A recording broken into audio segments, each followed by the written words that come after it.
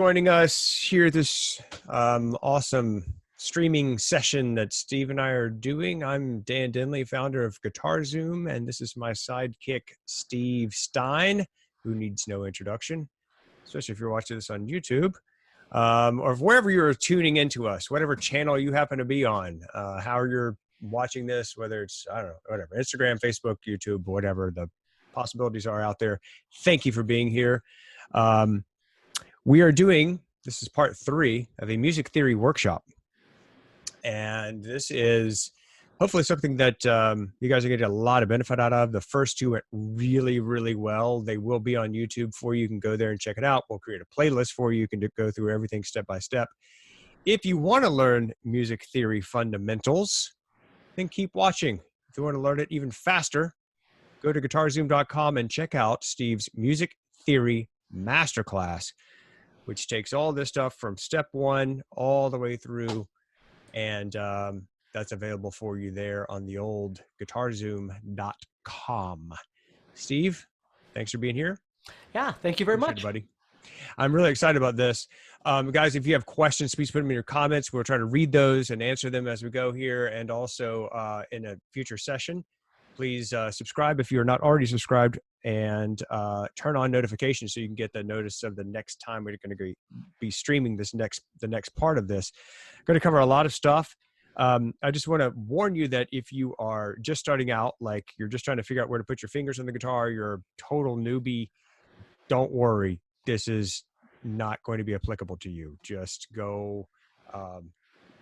You're welcome to stay, but don't feel overwhelmed. Also, if you're not a newbie and you've been playing a while and you still feel overwhelmed, also don't worry, because it takes a while to get your head wrapped around all this. Can you hear me okay, Steve? Yeah, you're fading in and out.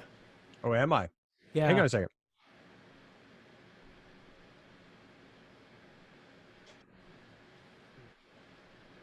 Had my heater on back here because it was cold. Maybe Oh, sure.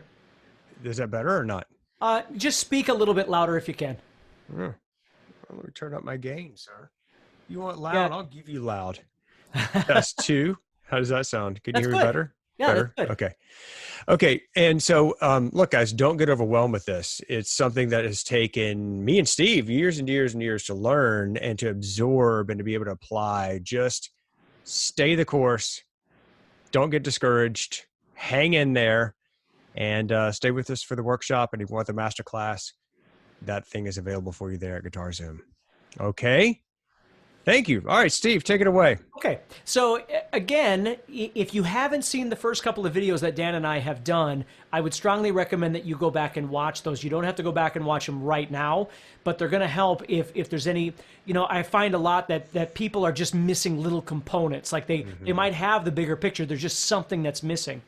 So in the first video we talked about, or the first lesson we talked about chromatic scale and all the notes in music and that, and then we morphed that in the second video into the major scale and understanding how the major scale is constructed and how the major scale is movable from the key of C to the key of G, and it still sounds like do, re, mi, fa, sol, la, ti, do wherever you go. Well, now what we're going to do, this is from the last video, we're going to take this key of C, and again, we could use any key, but we're just going to use key of C, again, because it has no sharps and flats, so it makes it a little easier. And what we're going to do is we're going to take each one of these 7 different notes, and we're going to create 7 different chords from each one of those notes. And then we're going to take those chords and we're going to apply them to your guitar. And then once we learn how to do that, you can actually do this in any key you want as well. So it's not just the key of C. You're going to learn the theory behind it and actually put it on your guitar and play it wherever you want. Very cool. Yeah. This is going to be exciting. So guys, chords and scales are like this, interlinked, can't be separated, can't really fully understand one without the other. That's right. They are totally related, and I think a lot of guitar players think of them as separate things, but chords come directly from scales. They're just notes plucked out of the scale. So that's right. And the thing to understand, as we've been talking about, is music theory is fundamentally based off what we call the major scale, the diatonic scale. And so even though you might play music that's more based off minor, or you do blues a lot and you play a lot of minor pentatonic or something like that, the construction and the logic behind everything that you're doing is still based off that major scale that we talked about yesterday. So as we construct these chords, they're going to be constructed off of these 7 different notes. Okay, again, any key, you could use the key of G, you could use the key of A, you could use the key of D, and it's all going to work the same way. I'm going to give you the formula, and then you can, and I'm going to show you how to do it on the guitar, and then you can move it wherever you want. So the thing we have to understand is we've been talking about how this scale, this major scale, was built on a series of half steps and whole steps, which we refer to as the distance between notes, or intervals. Okay? The distance between 2 notes is called an interval. So we learned, for instance, C to D was a whole step, and D to E was a whole step, but E to F was only a half step. Okay? And again, if you're confused about any of those terms, I would highly recommend that you go back and watch the early videos that Dan and I did, because we talk about all that stuff. So what we're going to do now is we're going to start off by understanding that if we are in the key of C, the first note, which is C, we refer to as the root. Okay? The first note of the key of G, the G is the root of the scale, or the key. Okay? If you're in the key of A is the root, and then we're going to have other notes. Okay? So yeah, it is the 1. No doubt about it. It's absolutely the 1, but we refer to it as the root. Okay, so the next note is a 2, obviously, and the next note's the 3rd note, and the 4th note, and the 5th note, and the 6th note, and the 7th note. And I think, yeah, tomorrow we're going to be talking about intervals. So you're going to learn all about intervals. Now today I'm going to touch on it a little bit and get you prepared for it, but tomorrow we're going to open the door on that whole thing and talk all about it. So what we want to do is understand that a chord, what is a chord? Well, a chord is a bunch of notes played at the same time.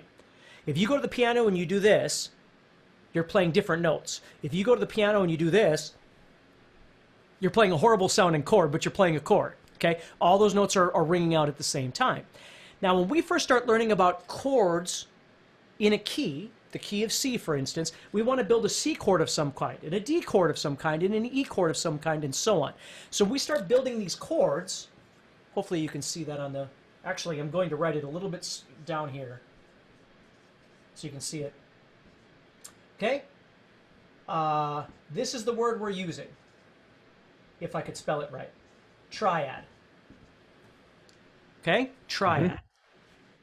So, tri meaning 3. The chords that we are going to build today are called triads. They're based off 3 different notes. Okay? So, we're going to take these notes right here, the C, or excuse me, the C, the D, the E, the F, G. We're going to build chords on all of those. So, let me get this out of the way. So, in order to build triads, what we're going to do is we're going to select certain notes out of these 7 notes to build each triad. And what we're going to do is we're going to use what we refer to as the root, the 3rd note, and the 5th note. Okay? So right here, just over on the side here, I'm going to write root, 3rd, and 5th. So for instance, you should memorize that, guys.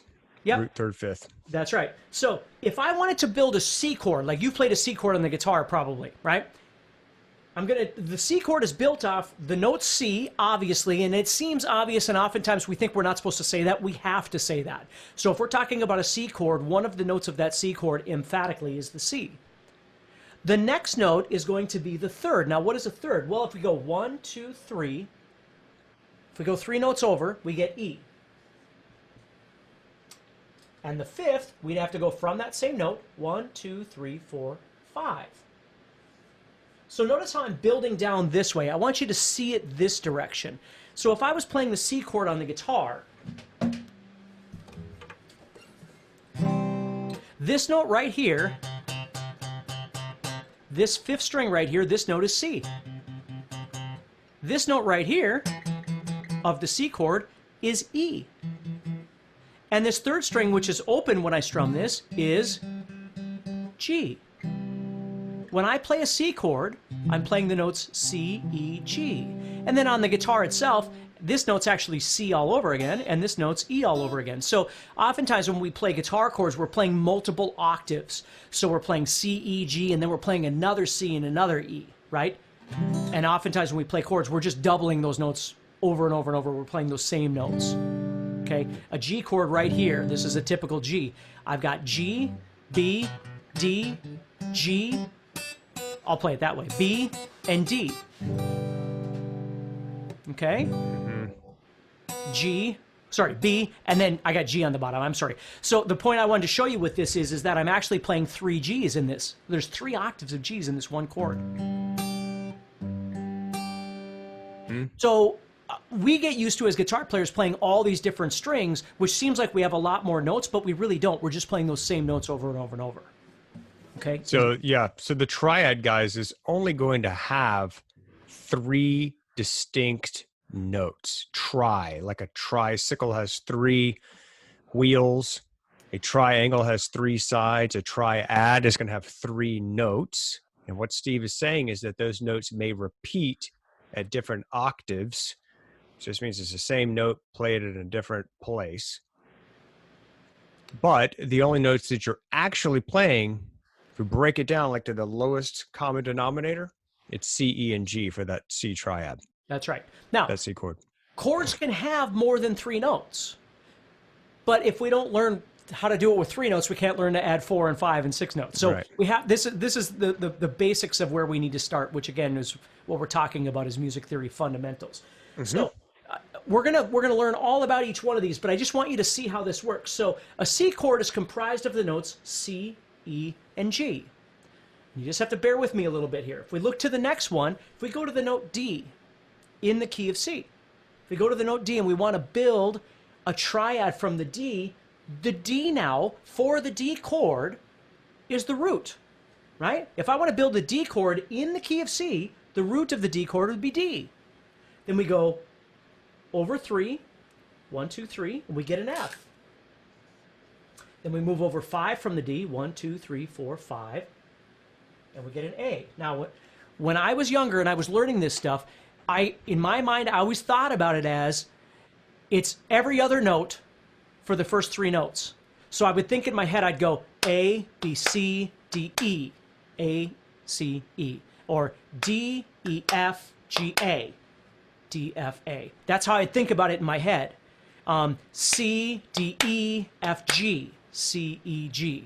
And that's how I'd come up with every other note for the first 3 notes, which was the root, the third, and the fifth of each one. Okay? Nice. So again, whatever works for you for trying to figure these out, because I know even knowing the major scale sometimes is kind of difficult. So you just got to figure out what works for you. So if I keep doing this, and I'm going to kind of fast forward here so I don't take too much of your time, but if I do it from E, if you think about it, I got an E, obviously. Then I move over 3, 1, 2, 3. That's E to G. And if I go from there, 1, 2, 3, 4, 5, that's B. Or if you think about it, E, F, G, A, B. E, G, B. Yep. Okay? F would be F, A, and C. F, G, A, B, C. Root, third, fifth. Now watch this so you don't get confused. G would be G, B, and D. G, A, B, C, D. There's not 2 C's. This C is this C. So don't think that there's 2 C's. You wouldn't go G, A, B, C, C. You wouldn't do that. You're just going G, A, B, C, D. Because think about it, D, E, F, that would go on to infinity. As much as the instrument that you're playing would go, that would just go on forever. Right? So a piano, these would go on until the 88 keys has run out. Right? So that's just going to keep going. So G, A, B, C, D. G, B, D. A, C, E, B, D, F. Okay?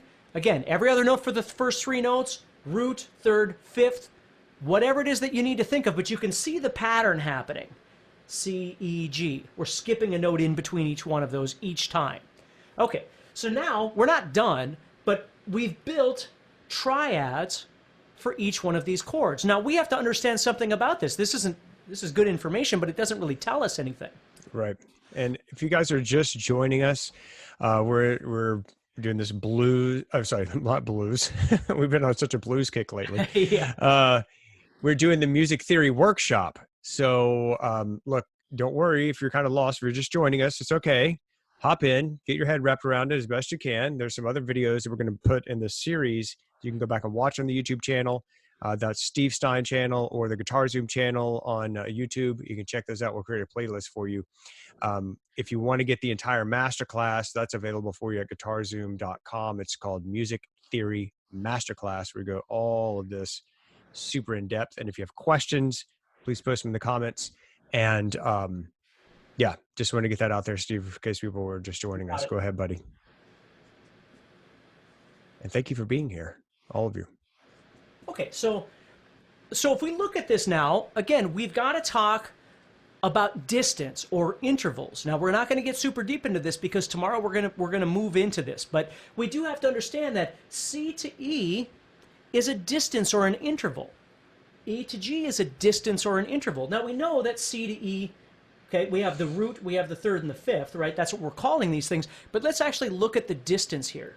So C is what we call, okay, C to E right here is a third from each other. 1, 2, 3. E to G is a third from each other. 1, 2, 3, right? C to G is a fifth from each other. So if we think about all the possibilities of distances, C to E is a third. E to G is a third, right? And C to G is a fifth. Just so you kind of understand. All of these chords have that relationship. They have thirds and they have a fifth from D to, or C to G, or D to A, or E to G, or F to C, right? So just so you kind of understand that. Again, we're going to get deeper into this tomorrow, but we need to understand some basics right now. So let's go back to our old way of thinking of whole steps and half steps, right? That's how we built our key. So if we were to look at the distance from C to E, right here, okay? C to D is a whole step. D to E is a whole step. So C to E is 2 whole steps, right? Mm-hmm. Okay. So this right here is 2 whole steps. Let me turn this on so you can see it better. So this is 2 whole steps. Okay? Mm-hmm. C to E is 2 whole steps. E to G, let's look at that. E to G. So E to F, is that a whole step? No, it's only a half step, remember? And this again is why our last lesson, it's really important to have listened to that. So E to F is a half step. F to G is a whole step. But E to G is only 1.5 steps because this is only a half step right here. So this distance, I'm going to erase this so we got a little more room here, is 1.5 steps. So C to E is a third. E to G is a third. But they're not the same thirds. They're not the same sizes. We refer to the one that's 2 whole steps, we refer to that as a major third. And the 1.5 steps we refer to as a minor third because they're 2 different sizes, so we have to give them 2 different names. So C to E is 2 whole steps. It's a major third. E to G is only a step and a half. So it's a minor third. So you have the choice of either thinking about this as 2 over 1.5 or thinking about it as, I'm going to write it like this, major third over minor third. You can think about it either way. Okay? Preferably as you keep going, you're going to want to think about it as a major third over a minor third. So here's the equation. If you wind up with a triad that is a major third on top of a minor third, you wind up with a major chord. That's the definition of a major chord, is it's a major third on top of a minor third. So this, you guys can think about these as building blocks. We're laying the building blocks. Like, how do you build a brick house? Or you have to stack the bricks on top of each other. We're like, how do you build a major chord? You have to stack a major third and a minor third together. That will give you a major chord. right. That's right. And the thing is you can have a lot of questions like, well, what if you did this or what? And those are all valid questions. But before you even ask those questions, you need to start with square number one. You need to start with brick number one, which is what we're doing right now. Right. Because asking, well, what happens if you do this? Those are all valid questions. But if we don't understand what we're doing here, you're just going to wind up lost again. Okay? Right. So this first chord is 2 over 1.5, or major third over minor third, which gives us a major chord. And we write a major chord with a large Roman numeral number 1.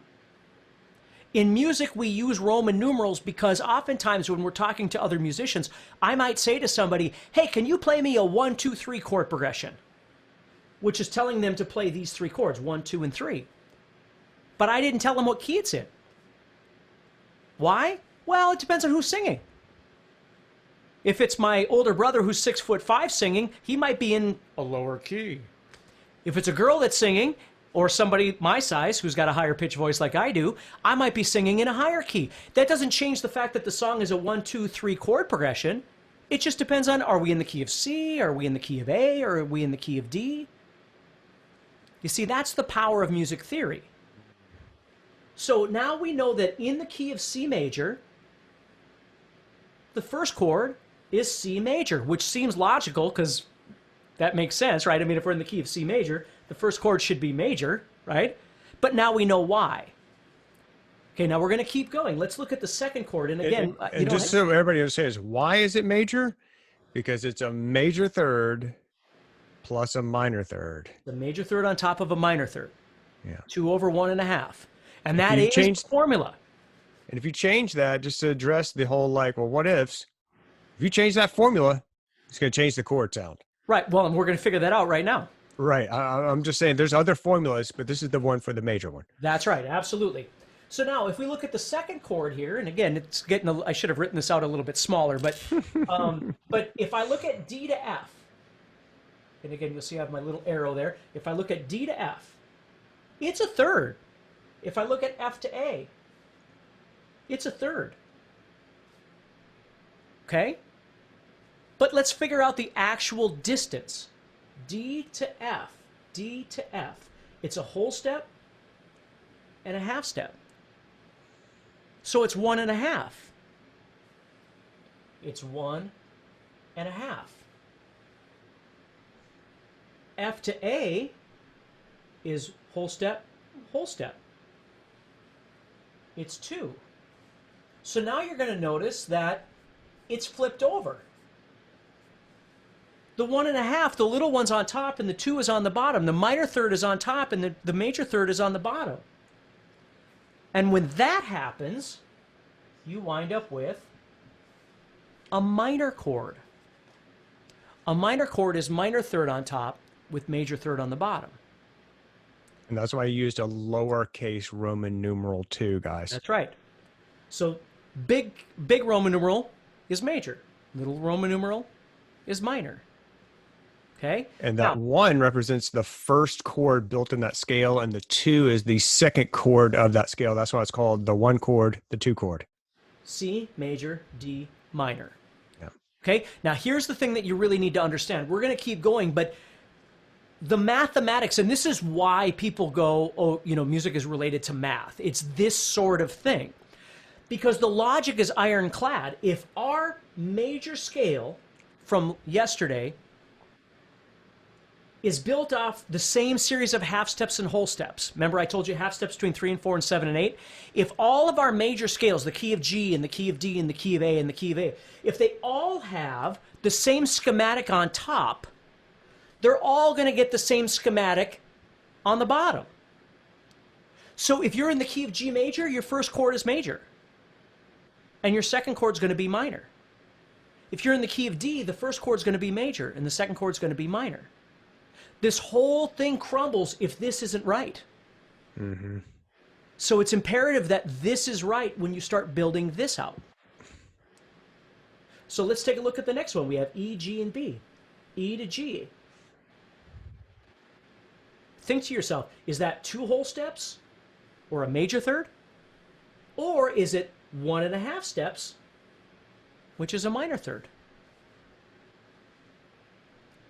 Okay. Well, think about that, guys. E to F is what? A half step or a whole step? That's a half step. So E to F is a half step. So you automatically know that's not going to be a major third because you have to have 2 whole steps to be a major third. So That's E to right. F's a half step, F to G is a whole step. Right. That's 1.5. That's 1.5. And what we call 1.5 is a minor third. Well, we know it's on top now, right? Right here, minor third. And then G to B, G to B, G to A is a whole step, A to B is a whole step, so that's 2. So that's 1.5 over 2, or minor third over major third, which I have written right over here that you can kind of see. Okay, right here, minor third to major third. So it's the third chord, so I'm going to write it as a Roman numeral 3, and it's going to be a small Roman numeral 3, which stands for minor. So now I know that my key of C has C major, D minor, and E minor. And guys, this is, so go ahead, buddy. Oh, Didn't sorry. interrupt you. If I was in the key of G, and I knew my notes for G, which if you were with me yesterday or with us yesterday, you know I did the key of G. But if we just think, the first note in G is G, so that's major. So it would get a G major chord. The second note is A, so it'd be A minor. The third note in the key of G, G, A, B, would be B minor.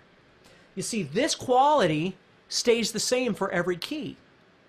So you're now learning that in a major key, the first chord is always major. The second chord is always minor. The third chord is always minor. So there's a little bit of a shortcut there. I'm not saying that you shouldn't know these things, because of course you should, but there's a lot of times when you're trying to figure out songs by ear and you go, oh, I think it's in the key of G, but what are the other chords? Well, this is where this comes in handy, because you can think to yourself, well, what chords are in the key of G?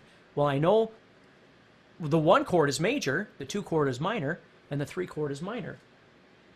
Because this mathematical equation is the same for every key, the outcome is going to be the same for every key. And I just wanted to say that if you're sitting there thinking, or if you've ever heard, guys, someone say, what's, like play a 1-4-5 chord progression, that's what they're referring to right there on his whiteboard, is those Roman numerals. What they're saying is a 1-4-5 chord progression. We haven't gotten to 4 or 5 yet, but I'm just saying that's where we're going with this. So if you stick with us, the light bulb's going to come on for you. You're going to see when people use that terminology, 1, 4, and 5, exactly what that means. Or if they say Right. play. That's right. And the reason we're using that term is because the key is irrelevant. What key do you want it in? 1, 4, 5, and what? The key of G, the key of D, the key of A, it's fine. You throw it in whatever key you want. I mean, as guitar players, we're really only limited by our knowledge.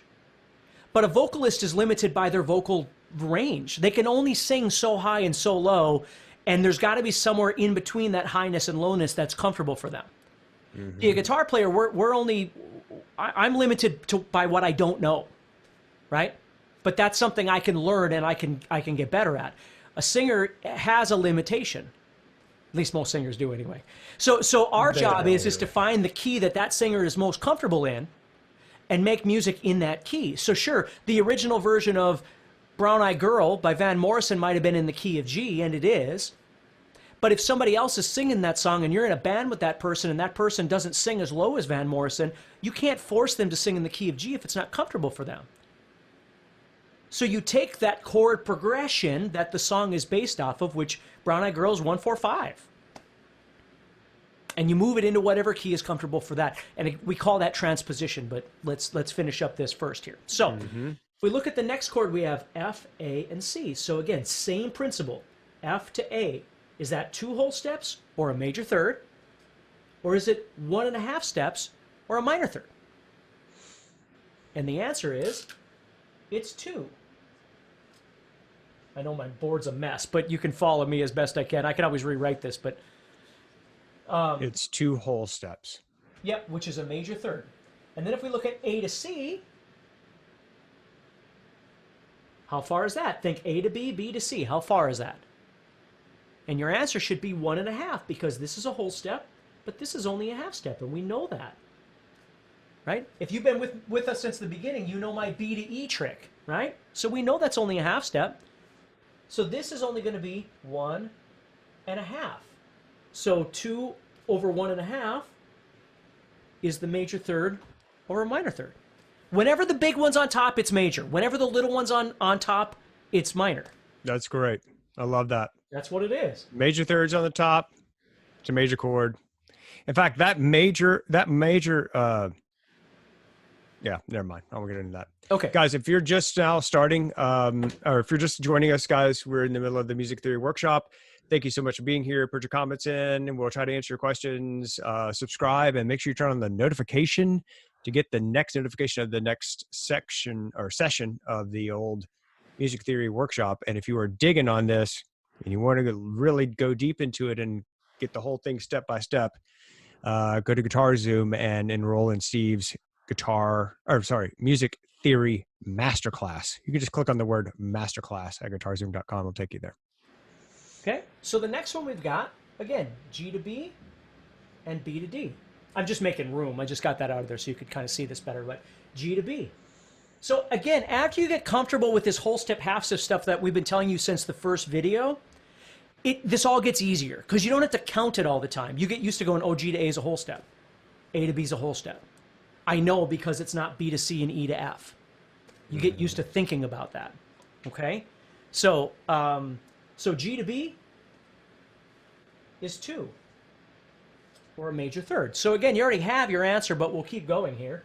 B to D is only 1.5. Major third over minor third. So our 5 chord is major as well, and this was what was Dan just said. The 1, 4, 5, which we're going to get to later in another video, we're going to talk even more about this too. But the 1, 4, 5 is the single most used common chord progression in popular music. It just is. And now you're seeing why, because it's all 3 major chords. They're all major chords. Think about if you've ever played A, D, and E in a song, or G, C, and D in a song, or C, F, and G in a song, or D, G, and A in a song. Those are all 1, 4, 5 in the respective key. If you think about it, A, B, C, D, E, A, D, E, 1, 4, 5. Key of D, D, E, F, G, A, D, G, A, 1, 4, 5. Right? 1, 4, 5. It's the most common chord progression that we use. So there it is, sitting right there. They're the 3 major chords. Now, if we keep going, we go to the next chord, which is A here. Really wish I would have written this different, but we're just going to keep trudging through my mess. Yeah, it's fine, man. So A, C, and C and E. Okay? So A to C, you have to ask yourself, is it a major third or a minor third? And and the answer is, how do they know? Well, you got to count the distance. A to B, B to C. A to B is a whole step, B to C is a half step. And if you're asking yourself at all, I don't know what a whole step and a half step is, that's why you have to go back to, otherwise this video would be 5 hours long because we'd be recapping everything else that we did. You know, they're all, and that's the whole point, is it's got to be built on each other, and you have to understand each sequence of events to move on to the next thing. So this one is a minor third. It's 1.5 steps. C to E, C to D, D to E. What is that? Is it a minor third or a major third? Your answer should be major third. Ding, ding, ding. Major third. C to D is a whole step. D to E is a whole step. Therefore, it is 2 whole steps or a major third. Okay? So 6th chord is going to be... gives us... minor. Chord. So our 6th chord is minor. It's kind of hard to write at that lower angle, but we're almost... The cool thing about this, guys, is it doesn't change in a major key. Like once you get those chords on there, the 1, 2, 4, 5, 6, they are universal. You don't have to relearn this. You got it for one key, you got it for all 12 keys. And sometimes your brain's going to go, it shouldn't be that easy. And I always tell people there's so many things about guitar playing that are so easy, they're hard. Because we want to make them more difficult. Yeah. As long as your equation is right here, your equation, and again, you have to double, just like mathematics, man. If you make a mistake, the whole thing's going to be wrong, right? But as long as your equation here, where the half steps and whole steps are in the right places, and you figure out your root and your third and your fifth, and you figure out these intervals between these notes, this is what you're going to get. Now, again, I'm just telling you, to be honest with you, you wouldn't even have to learn any of this, and you could just win with this. Okay? I'm not saying that it isn't important to know this. It is. But I'm saying the fact that you now know that the 1, the 4, and the 5 are major, and the 2 and the 3 and the 6 are the outcome, those are minor, that's huge. Because as you start looking at songs, just look at any song that you're learning right now within reason. Again, don't go to a Slayer tune or a Metallica tune. Go to a Bob Seger tune. Go to a Bob Dylan tune. Go to a, whatever, Hootie and the Blowfish tune. I don't know, just something. And you're going to see this stuff in action. Go to anything on the popular radio right now that my daughter listens to. It's all this. It's all this. I couldn't name you anything because I don't listen to it, but that's what it would be. So here's the wrench. Right here. We get to the last one. We get to the B. Okay? What's the distance from B to D? Is it a major third? Is it 2 whole steps? Or is it a minor third, only a step and a half? And again, so B to C will be a half step. C to D is a whole step. Right. So it's a step and a half. Step and a half. It's a minor third. D to F. What is that? D to F. D to E is a whole step. E to F is a half step. So this crazy chord You blew up my formula, Steve. Yeah. So this crazy chord here is both minor thirds. Okay? This chord is very strange. It's minor. We write it like small like that, but we put a little circle behind it at the very end. I don't think you're going to be able to see that in my screen. Nope. Okay? But it's right here. Okay? That chord is what we refer to as diminished. It's 2 stacked minor thirds. Now, to be completely honest with you, you're not going to see a diminished chord very often in popular music. And oftentimes, even when you do see it, it's not being used in this fashion. Like for me, I grew up listening to stuff like Yngwie Malmsteen, and oftentimes we'd be using diminished stuff for things that don't fit into this. We're using it for all kinds of different things. So again, I always tell people the beauty of rock and roll is that it all doesn't make sense. Theory makes sense. Rock and roll does not all make sense. Okay? That's right. There's rules within rules that don't make any sense at all. But my point is that 7th chord right there would be B diminished. That's what it would be. But for you to learn these first 6 chords, and here's the trick that I want you to walk away from, and then I'm going to grab my guitar. We're going to look at this, okay? Here's the shortcut for you to remember for the rest of your life. In a major scale, because remember, someday we need to learn about minor scales and things like that too, which are really related to this. They're not, when I went to high school, or when I went to college, I thought a minor scale was completely different than this. And I panicked. I almost dropped out of school because I was learning modes, and I'm like, it's like 144 scales. I'm never going to learn all this. I didn't understand that they're actually all just related to the major. If you learn this, you know all the rest of it. You just have to learn how it works. Okay?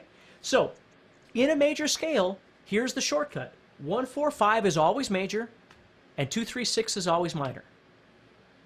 And if you got that, that'll take you a long way. That's right, because let me see if you can see it on here. If I wrote the key of G, which you might remember from last week, and don't worry about it if you don't, but G would be G, A, B, C, D, E, F sharp, G. If you remember that, we figured out why there was a sharp.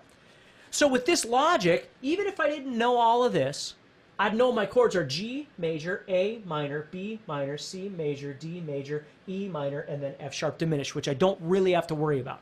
That's so right. If someone said to me, hey, this song's in the key of G, come up and jam Brown Eyed Girl, it's in the key of G, I already know what to expect.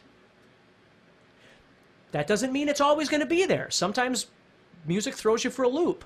But most of the time, I know what's happening.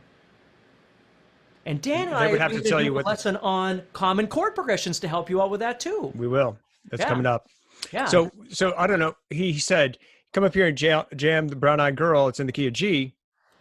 Now, what he knows is there's 7 chords in the key of G. He knows the 1's always major, the 4's always major, the 5's always major, and then G, 2. C, D right there. That's what I think in my head. G, C, D, 1, 4, 5. And the only other part he'd need to know, if he didn't already know that it's a 1, 4, 5 in the key of G, is able to say, hey, it's in the key of G, it's a 1, 4, 5. Yeah.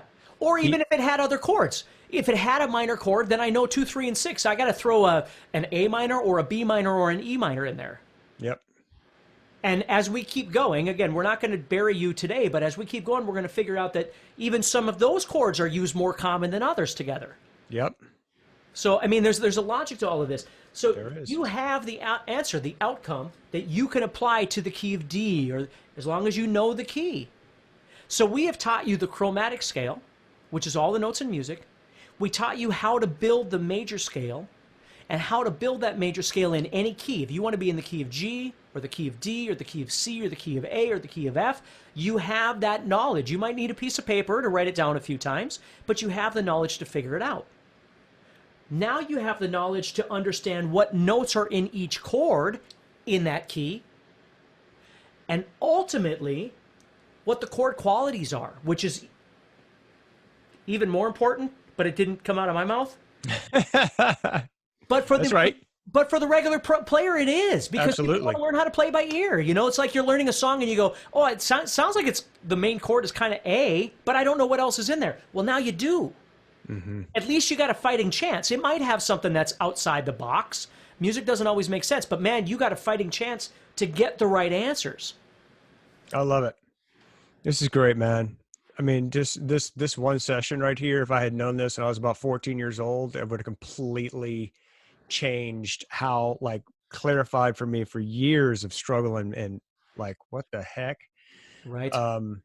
And playing chords, I had no idea they were related in the same key, not knowing which scale I could use for a solo, etc. So, guys, I hope that this is resonating with you. Listen, if you're overwhelmed, don't worry about that. It's okay. Just stick with us. So he's going to demonstrate this here on the guitar for you.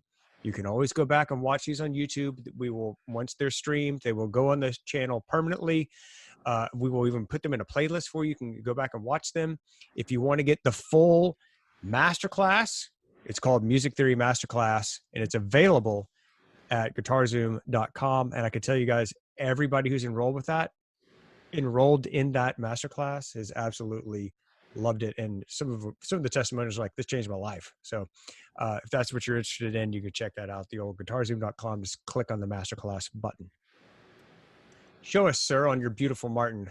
Okay, so right here, what I'm going to do is I'm going to use the key of G simply because it pushes me down further on the guitar, so it'll be easier for you to see versus playing in the key of C way up here. Mm-hmm. So what I'm going to do is I'm going to play these notes as a major scale. I'm going to play G, A, B. So notice how I'm putting those three notes on the 6th string. Mm-hmm. So I can see G, A, and B sitting right there on my 6th string, right? Okay, so let's keep going. G, A, B, C, D, E is on the 5th string. So my next three notes symmetrically look exactly the same, and those are sitting on my 5th string. So I have G, A, and B sitting right there, and then I have C, D, and E sitting right there on the next string. You see that? And then I'll round that off by playing F sharp, and then G, and then I'm done with this scale. Now, oftentimes, you might play it here, which is perfectly fine. I'm playing it in what we refer to as a spread fingering so you can visualize this stuff happening on your guitar. Because I'm going to take all these chords, I'm going to play them for you right now, just like you can do. Okay? So, G, A, B, C, D, E, and then F sharp, and then G. So, we know that our chords would be G, major, A, let me get my guitar out of the way, minor, B, minor, C, major, D, major, E, minor, and then F sharp diminished. Okay? 1, 2, 3, 4, 5, 6, 7. 1, 4, 5 is always major, 2, 3, 6 is always minor, and 7 is always diminished. So when I go to my guitar, I can plug it in. I can say G major, A minor, G, A, B minor. Remember in the first lesson when we learned all our notes on the 6th string? Well, this is coming back to help us. G major, A minor, B minor. Now, of course, I need to know my bar chords, right? And then the next string I have C, D, E. So my third chord is, my fourth chord is major, C. My 5th chord is D major. And my 6th chord is minor. So C major, D minor, E minor, C major, A minor, B minor, D major, E major, E minor. Now, watch this though. 1, 2, 3, 4, 5, 6. 1, 4, 5 are major. 2, 3, and 6 are minor. Ooh, nice. So if I was in the key of F, and I don't know the key of F, I haven't studied enough, I don't, right? But here's what I do. I go to F, F, G, A. I play that exact same symmetrical shape. And I plug in my chords. Major 1, minor 2, minor 3, major 4, major 5, minor 6. 1, 4, 5 are major. 2, 3, 6 are minor. That's a great little exercise, guys, that you can practice right there. Yeah, and it's 1, 4, 5, 2, that's 3, right. 6. So I always want to show you shortcuts, but that doesn't mean the rest of it isn't important. Obviously, the more you understand about it, the easier it's going to be to retain all of this information. But this is why, again, as Dan was saying, if somebody said, hey, we're playing whatever, and it's a 1, 6, 4, 5 in the key of G. So then I think in my head, okay, so 1, 6, 4, 5, which is every doo-wop song ever written.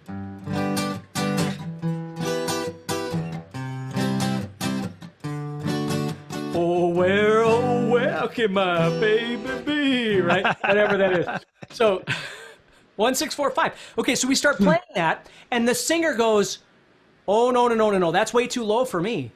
Okay, that's fine. Let's move it up to A. 1, 6, 4, 5. Even if I'm not thinking about the names of the chords.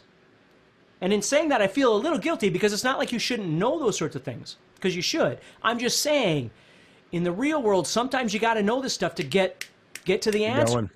Yeah, you got to get to the right answer. So that's what I wanted to show you today. Dude, amazing. Yeah. Amazing awesome. chunk of info.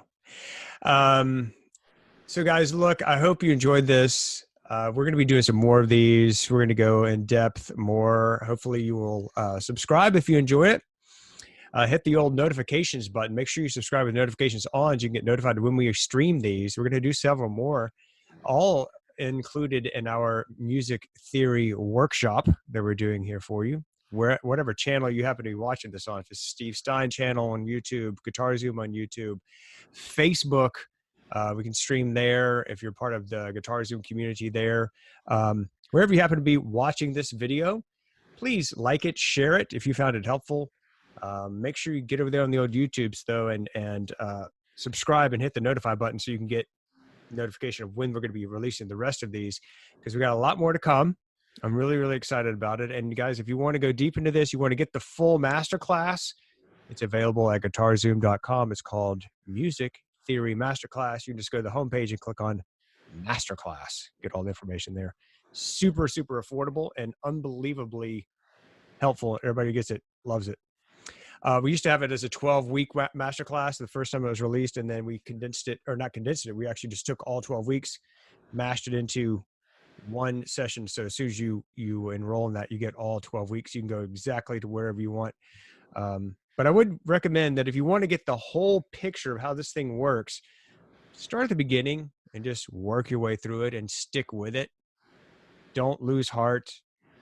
It's music theory is just one of those things that, man, once you get, it's like riding a bicycle. You just don't forget it. It is super helpful in so many ways.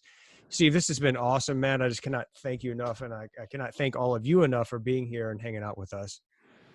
Do you have any additional, and do you have anything additional you want to say, Steve, or are we done, buddy? No, I think we're good. Just like I said before, watch the other videos that we've done, and remember to take your time. As I said in the last lesson too, and I'm going to say in this one, don't expect that you're watching this and that you're just absorbing this information through osmosis. You know, you've got to sit, you've got to study this stuff, you've got to think about it. You might even have to crack out a pencil and a piece of paper and mark some things down, and don't feel like you're dumb because you're doing that.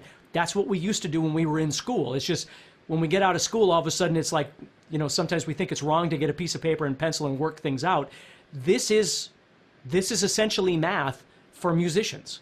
So it's okay to take out a pencil and start writing some things down and regurgitating that information over and over and over to make it make sense to you, and then apply it to your guitar. So that's the one thing I would say for sure. Yeah, guys. So I hope you enjoyed it. Hope you got a lot of benefit from it. Hope you'll join us for the next session. If you want to get the masterclass, it's available for you there at guitarzoom.com. Steve, as always, my friend, it's been a pleasure. Yes, it's been awesome. Everybody take care, and we'll see you again tomorrow. Thanks, guys. Bye. See ya. Bye.